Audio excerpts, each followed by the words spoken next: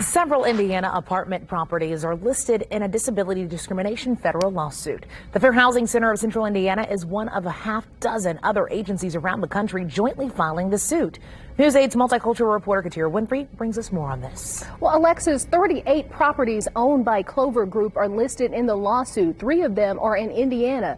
Fair housing officials say 30 years after the Fair Housing Amendment Act, there are still blatant violations, adding that it's important for people to have the ability to live freely and independently.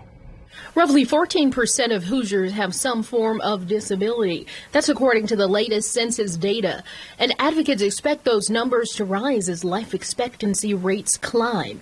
And accessible housing is vital to keep seeing those rates rise. Unfortunately, we live in a very able-bodied society, which means that a lot of individuals that do not have physical-based disabilities do not understand their privileges when it comes to, going into the grocery store, going into something such as your apartment complex. The Fair Housing Center of Central Indiana, along with other fair housing agencies around the country, have filed a federal lawsuit against Clover Group, saying their investigation found widespread disability violations at 38 properties in Indiana, New York, Ohio, and Pennsylvania.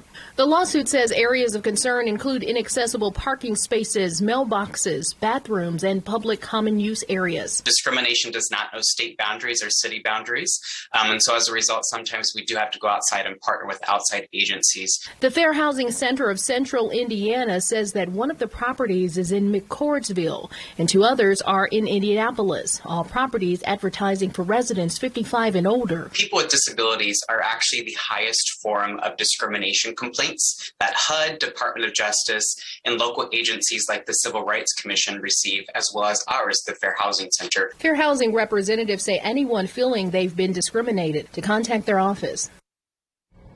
And I've reached out to the Clover Group and am waiting to hear back. Reporting in the studio, I'm Wish TV News 8's multicultural reporter, Katira Winfrey.